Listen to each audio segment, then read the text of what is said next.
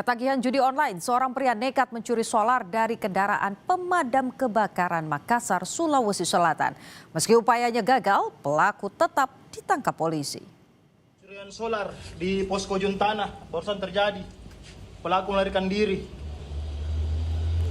Tangki kendaraan damkar terus mengeluarkan solar usai baut penutupnya dibuka oleh pelaku. Pelaku ternyata adalah warga di sekitar lokasi yang sebelumnya berusaha mencuri BBM dari kendaraan tersebut.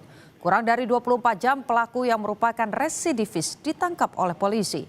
Menurut pengakuannya, pelaku mencuri BBM beberapa kali untuk bermain judi online. Kini pelaku telah ditahan di Polsek Ujung Tanah, Makassar, saudara.